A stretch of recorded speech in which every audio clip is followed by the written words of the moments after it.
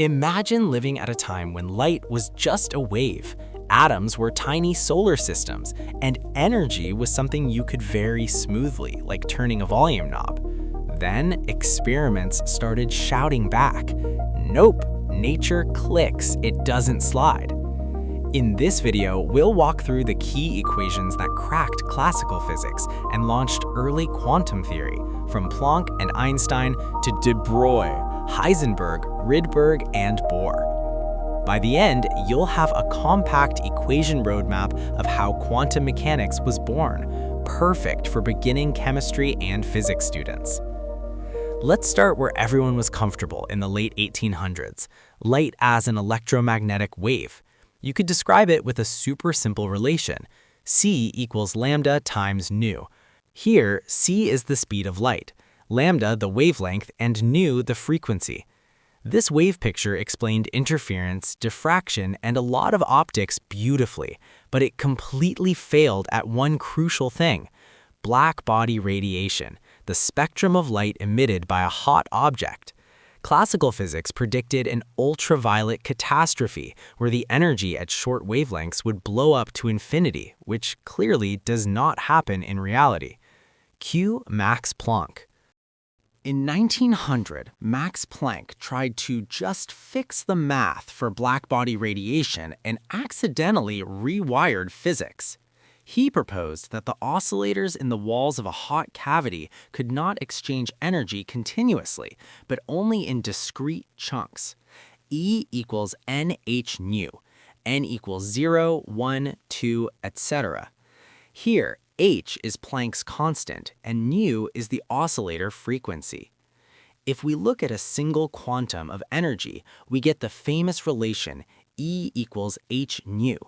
This is the idea that energy comes in packets, or quanta, proportional to frequency.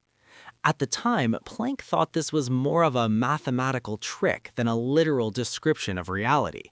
But a few years later, Einstein would take this equation deadly seriously. In 1905, Albert Einstein looked at the photoelectric effect, light shining on a metal and ejecting electrons, and saw something that waves alone couldn't explain. Classical wave theory said if you shine very weak light for long enough, electrons should eventually pop out. Experiment said no. Below a certain frequency, nothing comes out, no matter how bright the light. Einstein's bold move was to say Planck's formula, E equals h nu, doesn't just describe abstract oscillators, it describes real particles of light, later called photons. Each photon carries energy, E equals h nu, and one photon can kick out at most one electron. He wrote the energy balance for the photoelectric effect as h nu equals phi plus k max. H nu, energy of a single photon; phi, work function, the minimum energy needed to liberate an electron from the metal; k max, maximum kinetic energy of the emitted electron. Rearranged, k max equals h nu minus phi. This equation explained the threshold frequency. If h nu is less than phi, then k max would be negative, which is impossible, so no electrons are emitted. Light isn't just a wave, it comes in energy packets with particle-like behavior. Einstein later went further and assigned momentum to a photon as well, linking light even more closely to particles. Around the same time, relativity was reshaping our view of energy and momentum. The correlation is E squared equals pc squared plus m squared times c to the fourth. This connects total energy E, momentum p, mass m, and the speed of light c. For a massless particle like a photon, m equals 0, so this reduces to E equals pc. Combined with E equals h nu, this implies P equals h nu over c, which can also be written P equals h over lambda using c equals lambda nu. This connection between waves and momentum will come back in a big way with de Broglie.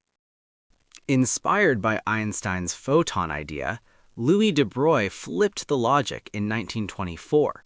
If light, a wave, behaves like a particle, maybe particles, like electrons, also behave like waves. He proposed that any particle with momentum p has an associated wavelength, lambda equals h over p. This is the de Broglie relation. For a non-relativistic particle, where p equals mv, it becomes lambda equals h over mv. Suddenly, electrons could be thought of as waves whose wavelength depends on their momentum.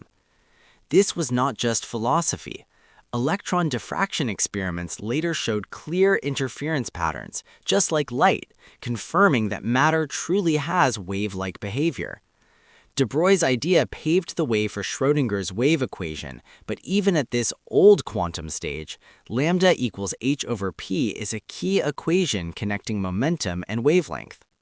If particles behave like waves, then the idea of a sharply defined position and momentum starts to crack.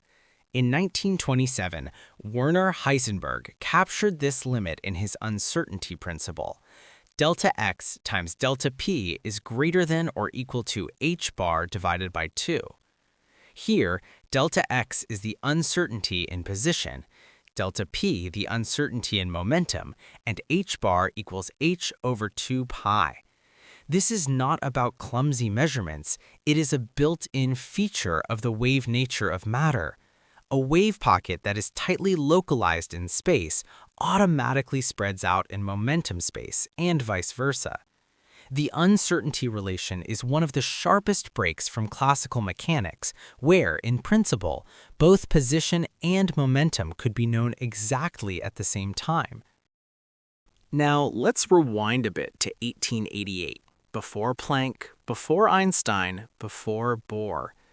Johann Balmer had found an empirical formula for some lines of the hydrogen spectrum, and Johannes Rydberg generalized it into a powerful expression for all hydrogen lines. 1 over lambda equals RH times 1 over N1 squared minus 1 over N2 squared. Here, RH is the Rydberg constant, and N1 and N2 are positive integers. Notice that this is written in terms of wave number, 1 over lambda, which is directly proportional to energy of the photon via E equals hc over lambda. This pattern of discrete spectral lines cried out for a theory. Why are only certain wavelengths allowed? The Rydberg formula was a clue that atomic energy levels themselves must be quantized. Enter Niels Bohr in 1913. He proposed a semi-classical model of the hydrogen atom. Electrons orbit a tiny positive nucleus, but only certain orbits are allowed. His quantum postulate was that the angular momentum is quantized. L equals n h bar, n equals 1, 2, 3, etc. From this, Bohr derived quantized energy levels for hydrogen-like atoms. En equals negative z squared times ry over n squared, where ry is approximately 13.6 electron volts, is the Rydberg energy, and z is the atomic number. Bohr then connected these energy levels to spectral lines.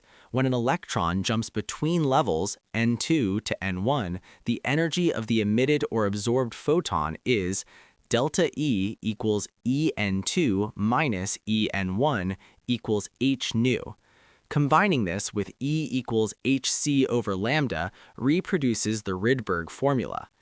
Now, the mysterious constants in the empirical formula had a physical meaning. They came from quantized electron orbits and the constants hc and the electron charge and mass. Eventually, the Bohr model was replaced by full quantum mechanics and the idea of orbitals, but its equations remain a beautiful early success of the quantum idea. Let's end with a compact checklist of the key equations we've met, especially useful for beginning chemistry and physics students. Wave relation for light, C equals lambda nu. Planck's quantum hypothesis, E equals h nu. Einstein's photoelectric equation, h nu equals phi plus k max. De Broglie matter wave relation, lambda equals h over p. Heisenberg uncertainty relation, delta x times delta p greater than or equal to h bar over 2. Rydberg formula for hydrogen lines. 1 over lambda equals RH times 1 over N1 squared minus 1 over N2 squared. Bohr energy levels for hydrogen-like atoms. En equals negative z squared times Ry over N squared. You can think of these equations as milestones on the road from classical physics to full quantum mechanics. Each one chipped away at the old picture and replaced it with a world where energy, momentum, and even position come in inherently quantized forms. The equations that lit the spark of quantum theory, from waves to quanta, from uncertainty to atomic models, each step brought us closer to the strange and fascinating world of quantum mechanics. And remember, these aren't just abstract formulas, they're the keys to understanding the universe at its most fundamental level. Thanks for watching. And here's something extra. I've created an educational video game where you can practice and test what you've learned from this video. It's a fun way to reinforce these concepts and see how well you can apply them. Check it out after you finish watching. Until next time, stay curious.